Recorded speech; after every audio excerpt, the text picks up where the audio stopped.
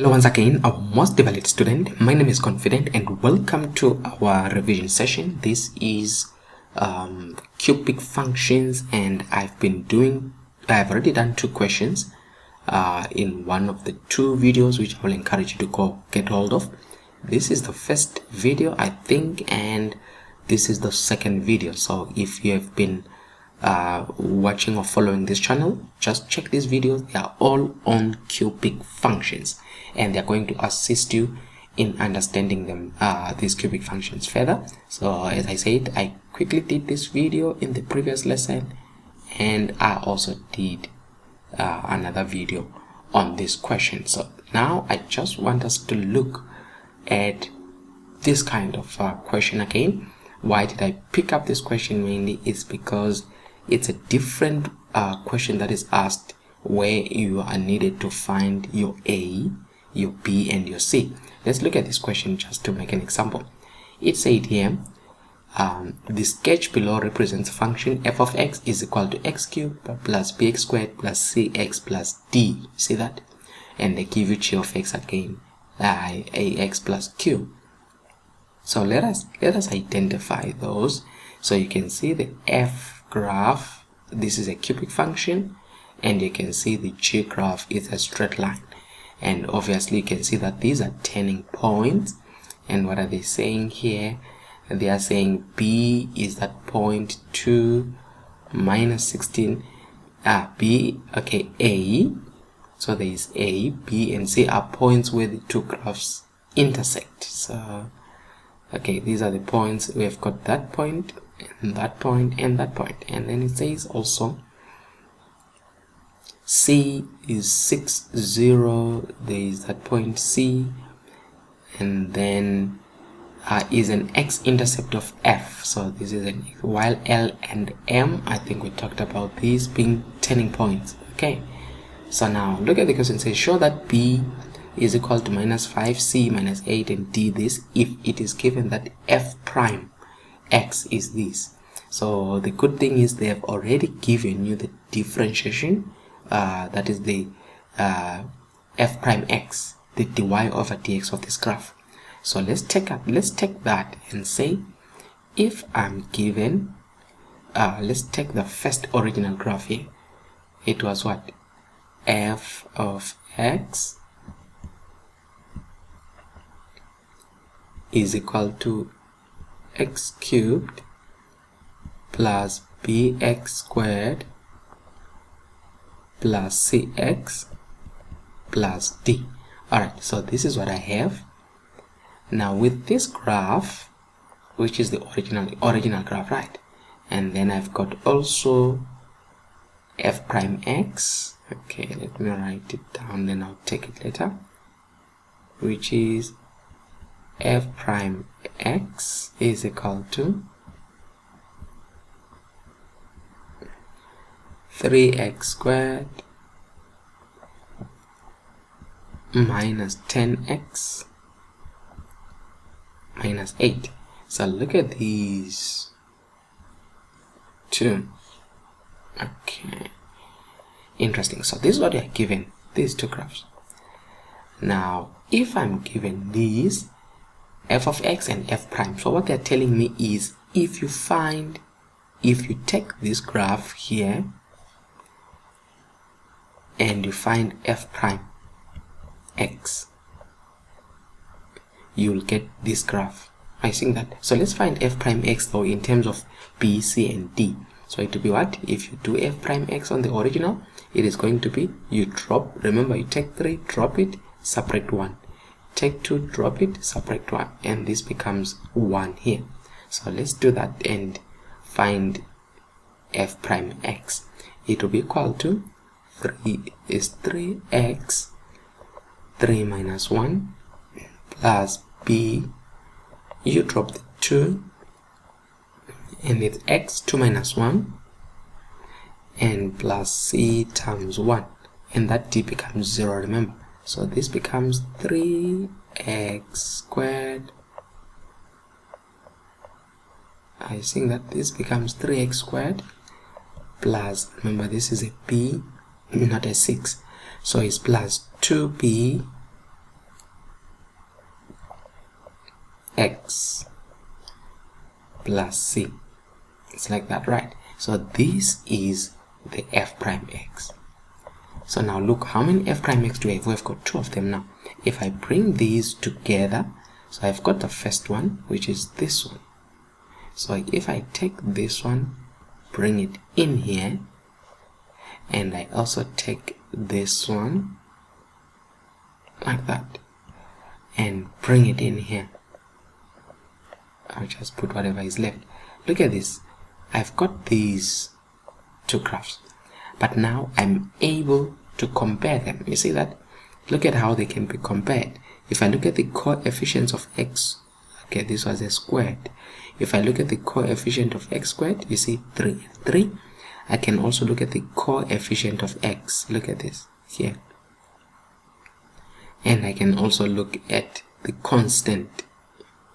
So you can see here, the coefficient of x squared is already solved for us, but here I can then compare and say 2b is equal to minus 10. Because why? These are the coefficient of x. Then it can say here divide by 2, divide by 2. What is my b? B is equal to negative 5. I think that when you divide there. And then also by observation here, you can see that c is equal to negative 8. See that? And then that's what they said, I think here. They said show that b is minus 5, c is minus 8. How about d? How do we show that d is 12? So what we do here, let's use this point here.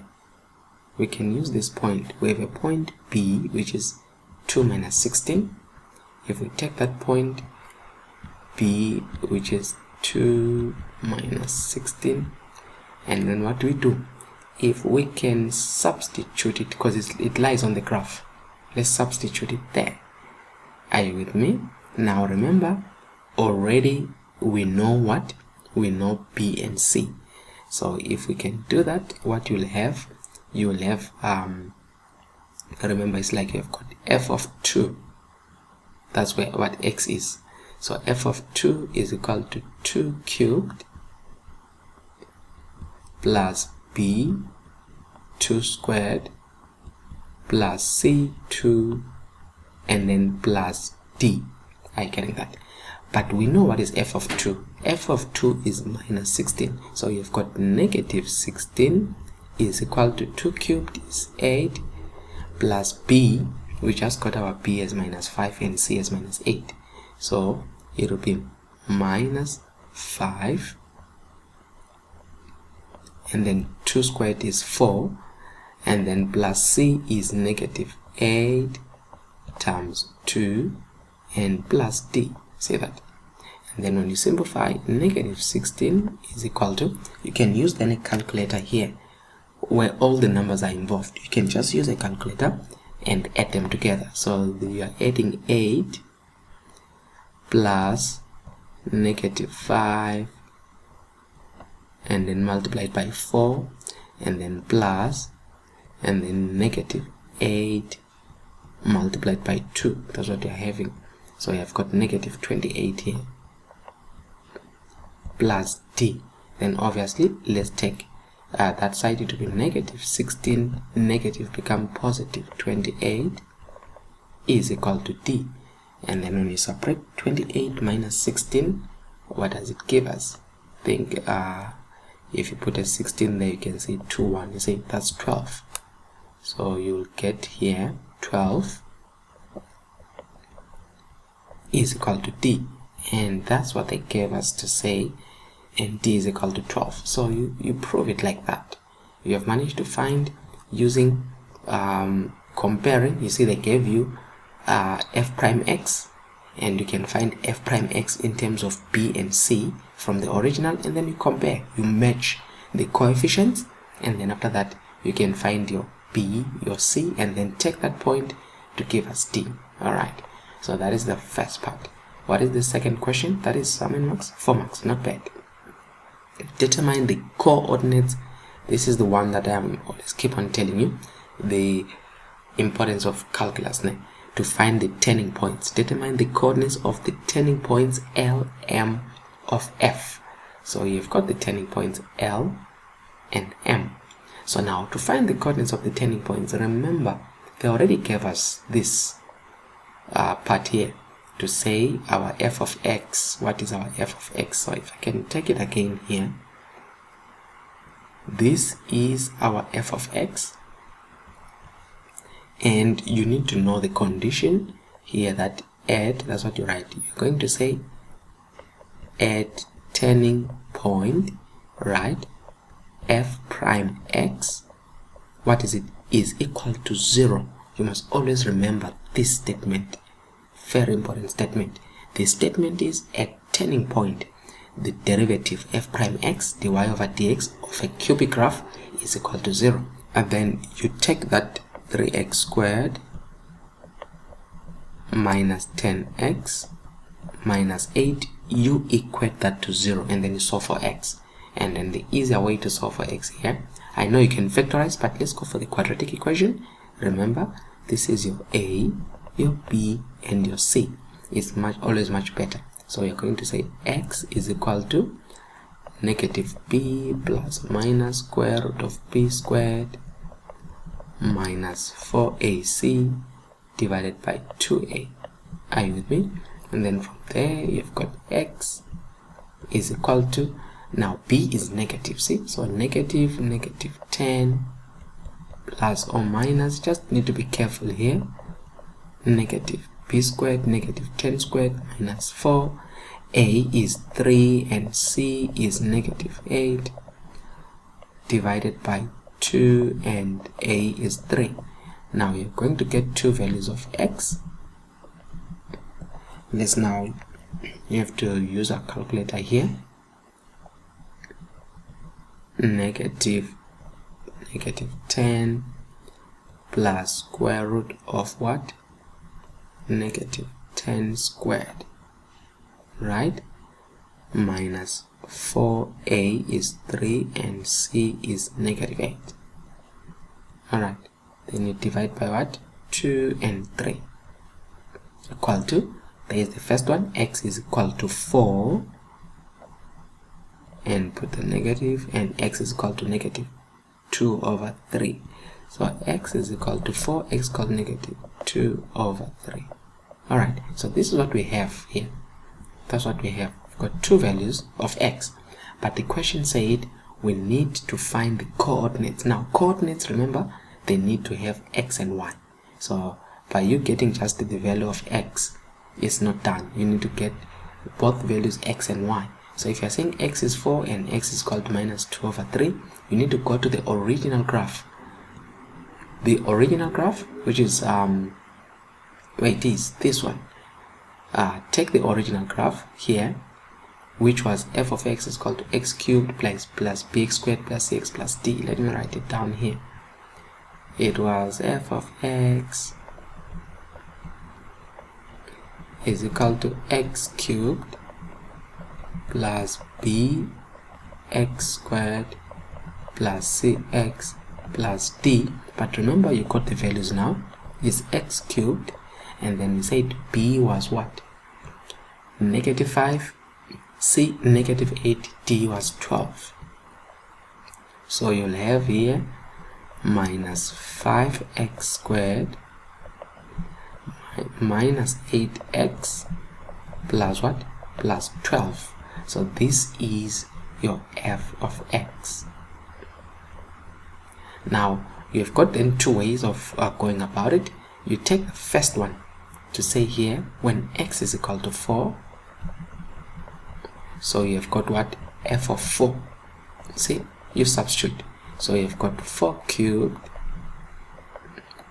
minus 5, 4 squared minus 8, 4 plus 12. Then it will give you what? It will give an answer. And then you've got f of negative 2 over 3 is equal to, be careful when you do that, put brackets. Brackets are very important. Cubed minus 5 negative 2 over 3 what? Squared minus 8 negative 2 over 3 plus 12. See, you just have to be careful when you're dealing with brackets there. So let's look at the y value in the first case. So it's gonna be 4 cubed, all right, minus 5 4 squared minus 8 4, right, plus 12. I think this is the one. Okay, 4, there is a 4 there, all right, and then gives you minus 36, the first one. Then here I just change to put what? My negative 2 over 3. The first one was negative 36. Let's see the other one. Just have to play back, remember? So it's negative 2 over 3 here,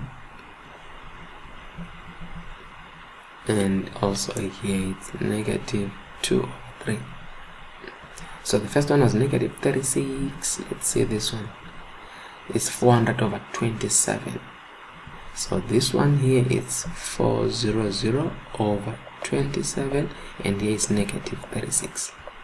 So now you have to write now in coordinate form. Remember, what are the coordinates? You are saying x is 4 and then y is minus 36, because they said coordinates, but you need to know which one is which. And then here we said x is negative 2 over 3, y is 400 over 27. So what you do, you don't leave your answer like that, because the question is, it says determine the coordinates of L and M. You need to find out, look, for L it must make sense, and for M it must make sense. So if I bring them, you had here, remember x was 4 and negative 36, there was one value, and the other one was negative 2 over 3 and what? 400 over 27. The question is, which one belongs to L, which one belongs to what? To M. Now obviously you can see that if I take this coordinate and try to put it there, you see that y can't be negative, so the most probable one, it will come there. That's where we have a negative here. So what is having, it makes sense that if I take this, that's where my negative 36 is, and if I go up, that's where my 4 is. You see that? So that makes sense there, and the other one automatically then will belong to this side. But also, does it make sense? Look at it. It makes sense in the sense that this point y is positive and this point, it's fine here. It makes sense to say x is negative 2 over 3. I think, was it negative 2 over 3 or 3 over 2? 2 over 3, okay, that's what I got. So it makes sense to say x negative positive. So these, you can conclude that L is that and M is that. So here you can come and say, this is my M and this is my L. That's what they wanted as the coordinates of L and M. Alright, now determine the equation of G, 3 marks. Now what was G? G was a straight line, but there's something important with G. Look at this. G has that part and G has that. So I can actually do it quickly here to say, you can work on two coordinates of G. The B coordinate, which is 2 minus 16, and the C coordinate, which is what? Which is 6 and 0. Now you find the gradient. You remember the part where you get the gradient to say what is M is y2 minus y1 over x2 minus x1. So what is the gradient of what? BC is equal to y2. We can make this our y2 x2 y1 x1. So what will it become? It will be negative 16, right, minus 0 over, this is y2 minus y1 over x2, which is 2 minus 6, and then the gradient of BC. Then what will it become there? I think it will simply become, let me use a calculator there not to waste time. it's negative 16 minus 0 over 2 minus 6. It becomes 4. So the gradient is positive. It makes sense? The gradient of this line is a positive gradient, right? And then how do I find the equation of a line? I can choose two approaches.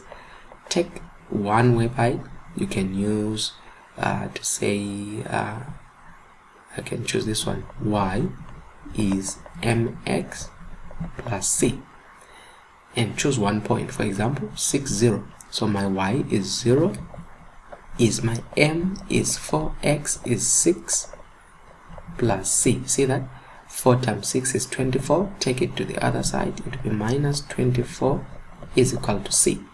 And then with this it can give me the equation of a line, which is y is equal to m, which is 4x minus 24. Alternatively, you can use the other one that is given in your formulas, which is y minus y1 is equal to mx minus x1. This you are given. So you choose again. I can choose the same point 6 0. It's easier for me because 0, you can choose the other one, it doesn't matter. You can choose the 2 minus 16. I don't want to work much there. Let me use 6 0. 0 simplifies things because simple. Y minus 0, remember this is my y1 and this is my x1, is equal to m, we say it was 4 there, the gradient, and then x minus 6. See that? So y is equal to 4 times x, it's 4x. I have to open there and open there. 4 times minus 6 minus 24, then it come out straight away. So this is the way of getting what? Determine the equation of G. 3 marks.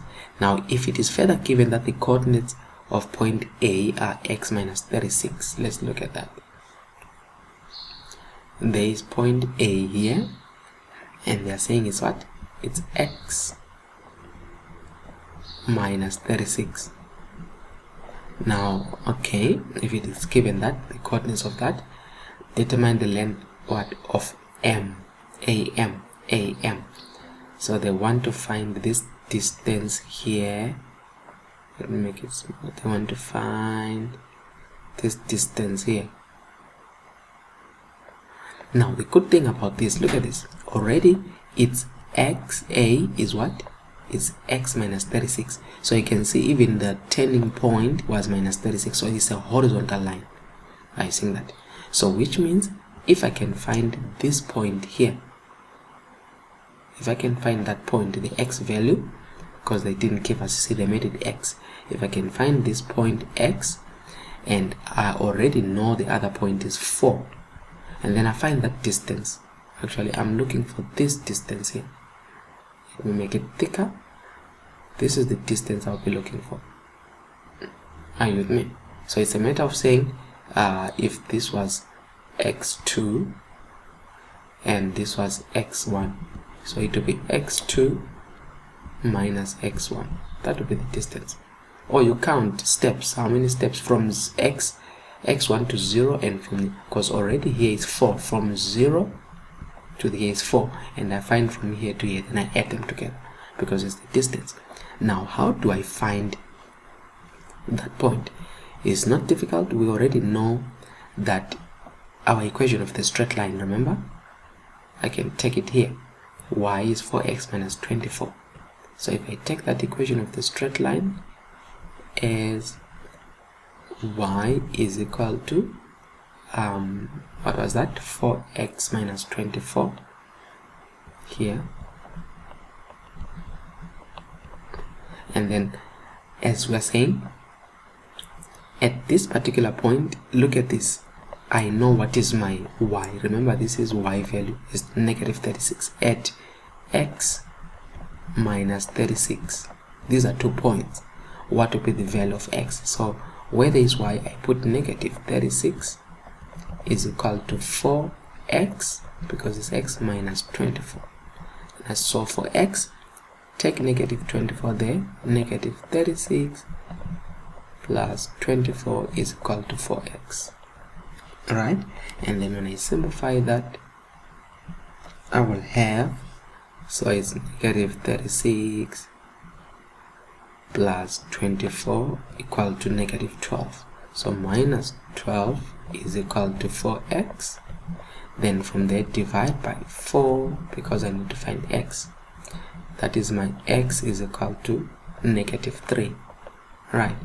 And it makes sense to have x as negative 3 here. So if I can erase here, you can see that this is negative 3. It does make sense.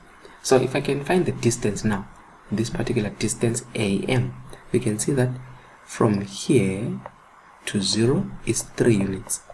And then again from here to here it's 4 units. So 4 plus 3, so the distance AM here, we can simply say AM is equal to 3 plus 4, which is equal to 7 units. Or as I said, it's a matter of saying x2 minus x1. So you can literally say 4 minus 3, which is still equal to 7. Are you getting that? That is still AM. And then that is that part. And then says for which value. If they say value, if you think it's 1 is fine, but there is a chance there might be more than 1. So for which value or values of x is the graph of f increasing. Now let's go to the graph of f. And how do you notice that this graph is increasing? So don't lose marks on this case. Don't lose marks here. I don't want to erase a lot, but I just want to take out a few things. Okay, let me just take out, because I have things here so that I can have a clear graph.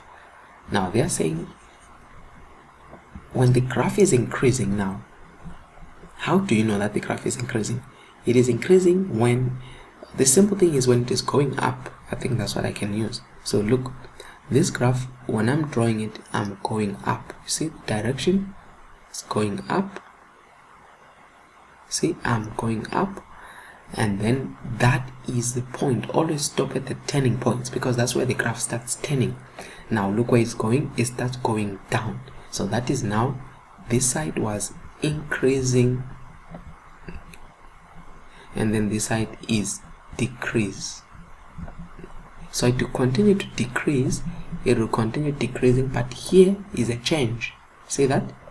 Then from there it starts again going up. This is what? This is increasing. I think that. So your aim then was for you to identify what? 2 points. This point is your turning point, and that point is your turning point. These are your division line. Now look at this. The answer for increasing lies in which direction? You see, the graph is on this side, and the other side of the turning point, it's on this side. So how do you write these answers when you're doing when you're writing in terms of x? Remember the turning point there, L, it was, I think it was there, negative 2 over 3. Right? So going this direction is less. Negative is less. And you can see the sign is as I shown in the arrow. That arrow is the sign. Look at the arrow. This is the sign. And then we choose another one. This is the sign. So you just write x is less than negative 2 over 3. Because that's where it's going. Some, they prefer to write it as like this. Is still fine. You see, you are starting from this graph. Where is it going? This graph is going further here, and we call this negative infinity because it's on the negative side. So it's negative infinity. So you can say this graph starts from x here is an element of negative infinity up to what? And then it ends at negative 2 over 3. So you've got two answers. Either you put it like this, or you put it like this. Same time, you come here. That's not the end where it's increasing. You see this side, look at the sign. It's showing you already. The sign here is what? Greater. So you do the same thing. You are going to say x is greater than what? What was the point that we got of? You always use, remember, it started the turning point. And then here we got 4, because this point was was 4. X is greater than 4. Or you can use the version of saying x is an element of, look at it, where is it going? It's going to infinity, positive infinity. So it's 4 to infinity. Then these are the two ways you can answer that question. So the two answers, x is less and x is. Alright, those are the two answers that you needed to bring here. They need both answers here. And then secondly, it says, is the graph, okay, for which values of x is the graph concave down? This is 2 marks now. Is the graph concave down? Now, for concave down is the same thing. What I need to do, let me erase again here. Let's focus on concave down. Now, when you talk about concave and concave up, concave down, the first thing you always need is the point of inflection. Don't forget that. Now, what is the point of inflection? Is the f prime prime x. You need to know the second derivative of that point. Now, first of all, let's go and find, remember they gave us here the first derivative. It was 3x for that. So we can find the f prime prime x from here. It would be what? Is 3x squared, so you drop 2, it will be 3 times 2, right, minus 10 times 1. I think that. Now 3 times 2, it's 6, I forgot x there, it's 6x minus 10. That is your f prime prime x. They will give you a mark for that. So you write then here, f prime prime x, second derivative, it's 6x minus 10. But at inflection here, that f prime second derivative of x is equal to 0. So what you do, we are going to say 6x minus 10 equal to 0. Take 10 to the other side. We have got 6x is equal to 10 divided by 6. So what is our x value of the point of inflection? It's 5/3. It's positive. So which means somewhere here, let me mark it red, somewhere here, see, that is where our x was saying is what? It's 5/3. That point there being 5/3, that is the x, is our point of inflection. What is the point of inflection? It is where the graph is turning from concave up and concave down. So this is the kind of the midpoint of the graph. So look at it. When I'm having concave down is, let me use this again. Concave down is a cup facing down. This is concave down. Concave up is a cup facing up. And you can see from this graph, this is facing down here. But it must end there. Why? Because from here, that's the interchange, you will go concave up. Are you seeing that?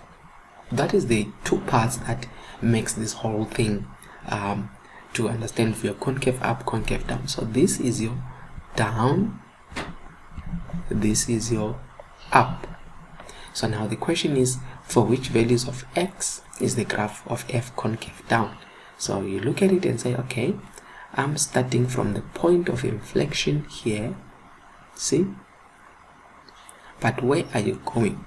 You are going this direction. That's where the concave down was. And then you're asking yourself, where am I starting from? And remember, we said this is less, and the answer is already given there. You just say x is less than what? 5/3, because this direction is less. You see, and it's, remember we said it's going from negative infinity. Or you can write it like this: x is an element of what? You write that from negative infinity up to that point of inflection, which is 5/3, and that becomes the final answer to that. I don't know whether this does make sense, but this is how you approach some of these questions. As I say, I'm doing it slowly so that you can understand. There's no point in me hurrying this whole thing. I just want, remember, This channel is for the underdogs, by the way. So if you feel like this is too slow, it's because you are too brilliant for this channel. I'm looking for someone who says just take it slowly, show me how this whole thing is happening. So that is why you see some of these videos sometimes taking too long to complete. But anyway, this is it, guys. I've done now 3 videos. This is the 3rd one. I will encourage you to check the 2nd one again. Those were questions that we're talking about concave up, you see, and then coordinates of the turning points. You need to get more practice. I did this one also. It was also talking about coordinates of the point of inflection and the concavity. So you need to get an idea of this. 16 marks on the other one, 13 marks on the other one, and this one, how many marks? 19 marks. You cannot afford to lose this. Now, if then you are not subscribed into this channel and I'm bringing such content to you and you feel like this is what I need, I don't know why you're not subscribing, because it means you have lost quite a lot of different other content or different other methods that I've been doing in here. Just subscribe, make it easy for you so that whenever there is a new video, you are always updated. We've come to the end of our session. Join me again in the next session where I will look at the application of trigonometry. Now, you remember when we talk about application, we are talking about the rate of change. Now, where you'll be now looking at change in x over change in y as the rate, which is still the same thing, application dy over dx, where they say find the maxima or the minima when you're looking at rates like the volume, talking about the area, talking about the multiplication of bacteria, all those different things. That is the application of calculus. So join me again, and every time you see this video and you know that it's beneficial, you can share it to your friend and a colleague. Thank you.